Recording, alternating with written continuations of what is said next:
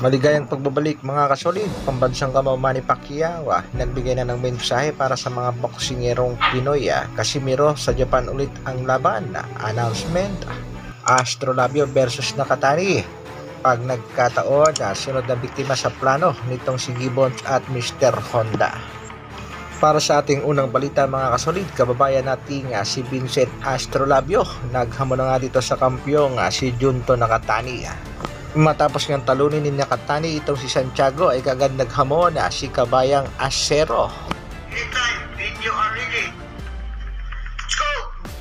Ready na nga daw si kabayang Acero Astrolabio na makipagbasagan dito sa Japanese boxer na si Junto Nakatani.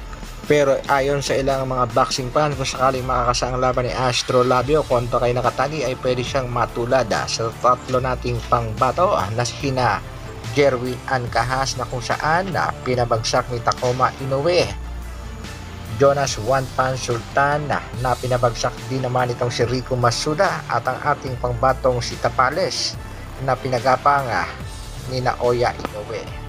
Kitang-kita naman natin mga kasolid na sobra ang pagdikit at kapit nitong si Mr. Shiana kay Mr. Honda ng Japan. Pero ito ang latest na plano ng mga Japanese. Ito nga yung unification sa pagitan ng dalawa nilang pangbato. Ito nga si Junto Nakatani kontra dito kay Takuma Inoue. Sa kasalukuyan nga itong si Junto Nakatani ang WBC Bantamweight Champion. Samantalang itong si Takuma Inoue naman ang WBA Bantamweight Champion. Tila maiisahan na naman si kabayang Acero Astrolabio na alam naman natin siya ang mandatory nitong si Santiago, pero nauna pang labanan ni Santiago itong si Junto Nakatani. Pero tingnan lang natin mga kasolid ang mga sunod na hakbang na gagawin ng MP President na si Mr. Sean Gibbons, ang umahawak nga sa kasalukuyan kay Acero.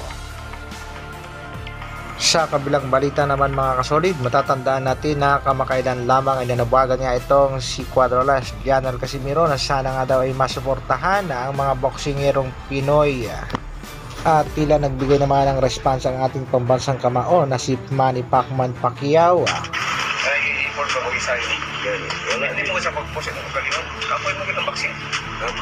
Ayon nga sa ating pambansang kamao na si Manny Pacquiao, ang pagiging successful ng isang boksingero ay nasa kanya mismo. Kailangan daw ay disiplinado, focus sa training, proper conditioning, at hindi nga lang daw nakasalalay sa coach or trainer ang pagiging successful ng isang boxer.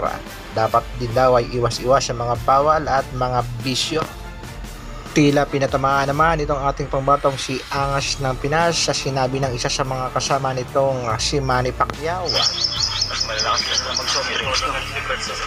Kung sa bagay, may katwiran naman si pambansang kamao Manny Pacquiao, kailangan talaga ay disiplinado ang isang boksingero upang makamit niya ang tagumpay, tulad nga ng nakamit nitong ating pangbatong 8 Division World Champion Manny Pacquiao. At ayon niya sa isang boxing fans, ganyan daw itong si Inoue, disiplinado kaya nakakamit ang tagumpay. Counting update tayo sa ating pangbatong si Angas ng Pinas sa mga nagtatanong kung saan at sino at kailan talaga ang laban ng ating pangbatong si General Casimiro. May pahapyaw na kasagutan dyan ang isa sa mga defender ng ating pangbato na si Yanku Joseph. Nakakalamang daw na ang laban ng ating pangbatong si Alas ay sa bansang Japan ulit magaganap, pero posible ring maganap sa Pilipinas or sa South Korea. At wag na wag lang daw maiinip ang mga boxing fans sa announcement ng laban ng ating pangbatong si General Casimiro, dahil meron naman daw laban at hinihintay na lang ang announcement ng Treasure Boxing promotion. Hanggang dito na lang muna mga kasolid. Maraming salamat sa patuloy na pagsuporta at panonood. Isang like naman dyan, at sa mga bagong mapapadaan sa ating munting channel, pasubscribe na rin. Mabuhay Dr. Alvin Vlogs.